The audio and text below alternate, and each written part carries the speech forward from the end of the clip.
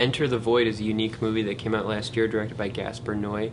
The opening image is of a helicopter in the sky in Tokyo, and you're seeing through the main character's point of view. And the main character says, "I wonder what Tokyo would look like from up there." I think the opening image is supposed to sort of represent being high, and also being overlooking Tokyo, which later the main character does as he's a spirit drifting through sort of his friends and family's lives in the afterlife. The movie is about a character who gets shot, and then he has an out-of-body experience. He drifts above his body and looks at himself, and then sort of drifts through walls and all over town, and he goes and sees his sister while she is called and told that he's dead, and he goes over here and over there, and it's just a lot of drifting. It's very unique. Gaspar Noé used a lot of cranes and really advanced camera work in this movie. I mean, it's really intense. He was really hallucinated. I meant to say he's really inspired by 2001, and he says that that's like one of his favorite movies. And there's a scene when the camera sort of slowly spirals down toward an aborted fetus, which is intact in a bowl, after like fucking the character's sister has an abortion. And the abortion scene's really graphic. You can hear the scraping. And anyway, I think the aborted fetus is supposed to be Gaspar Noé's twisted version of the Star Child in a 2001. There's a lot of color type stuff, sort of reminiscent of 2001. And the CGI visuals, which I've said before, I think that CGI is the only way to do hallucinations justice, like hallucinations from these drugs. And I gotta say, the visuals aren't totally realistic. He'll be having these intense visuals, and all of a sudden his phone will ring, he'll look at his phone, and it'll look normal. Like there's nothing happening on the phone or whatever. It's kind of like his visuals that Noé represents are compartmentalized, like they're happening here and they're not happening over there. But, I don't know. He gets the lifestyle right, though. The life that these characters live is really kind of dirty and grimy, and there are a lot of cigarettes on balconies and nighttime bar hopping and loud club music and just a shitty life. The character dies with his face down in a urinal. It's really gross. And in a way, the movie's kind of square. It kind of warns against drugs and this lifestyle and abortion, and it sort of has a pious way of looking at things, but who knows? I don't know. He says that it's inspired by some time that he watched a movie on shrooms when he was younger, and he decided that if he made a movie about the afterlife, it would be shot in the POV perspective, and it would be Enter the Void.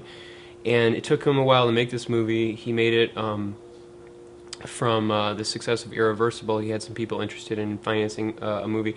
Originally, the movie was supposed to take place in a couple different places, but he settled on Tokyo because of the lights he thought would represent hallucinations well. And I think it works. And the movie is very ambitious. It's great. Technically, it is amazing. There is some great crane stuff. There are amazing shots. All this drifting around. I mean, it is really crazy and intense.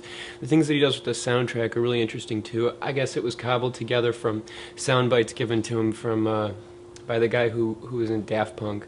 But Noé kind of reminds me of the real life Mr. Brainwash. I made a video about Exit Through the Gift Shop, and I was watching some interviews with Noé, and he's really into himself. This Icelandic interviewer was asking him about the choices he made in Enter the Void to show such graphic nudity, and Gaspar Noé's like, "Sex is sex. What do you mean it's a choice? What do you mean?" And the interviewer's like, "Well, you know, whether you show this or whatever, how much you show, I mean, that's a choice as a filmmaker. I mean, you could show someone's back, or you could show, like, you know, their breasts." And he's like, "Well, I don't know what you mean." He's like acting like an asshole. It's kind of funny, but the movie's pretty good, and I don't know. Paz de la Huerta is naked a lot in it. She's the indie film's resident naked girl lately. She's naked in Limits of Control and Choke and Boardwalk Empire, and she's an okay actress, but I think she always gets the role because she's very willing to just get nude. But the character who plays Alex, his friend, was just some guy who wandered in and wanted to talk to Noé. He was a big fan of Irreversible when they were doing the auditioning process, and Noé thought the way he talked sounded good, and he wanted to cast him in the movie. And then the character of Oscar, the main character, is played by this kid who he got to who is a wannabe director who wasn't an actor, and he thought that getting someone who wanted to be a director wouldn't be as sad about having just the second half of the movie be the back of his head, because the first half, as I said, is a point of view through the main character's eyes, and he looks at himself in the mirror a couple times, but then after he dies, it drifts around and goes to his past and then in the present, and the cuts are signified by like blinking. And in the first part of the movie, he blinks and the frame will go like that, and then in the second part of the movie, when he blinks, it will go to a different moment in his life, or it'll just go to a different scene. And there are a lot of really interesting transitions and just some really intense technical work on this movie. And I think it was Noy who said something like, being a director is like being the captain of a football team. In a way, I think that is a good way to look at it, because it's a real collaborative experience, and in the end, the movie is represented by all the people who put their time into it. It's a cool movie, and if you're into ambitious stuff, then go check it out. If you're into drugs, you might like it. The opening credits make it look like it's going to be really exciting, and then it turns into this 2001 experience where you're like... But on Blu-ray, it was really exciting to watch. I mean, it's just... I love Blu-ray, but I watched it again on Netflix to make this review, just to think about it a little bit more, and on a smaller screen it wasn't quite as powerful. But check out Enter the Void if you like difficult movies.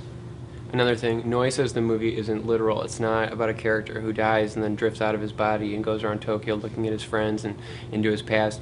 It's about a character who dies while he's very high and then has a hallucination about being reincarnated. And there's a lot of talk about the Tibetan Book of the Dead and the reincarnation process and that. And then the movie proceeds to dramatize the Tibetan Book of the Dead's reincarnation process. So I'm kind of confused about what the point of the movie is, if it's a hallucination or if it's really an interpretation of the reincarnation.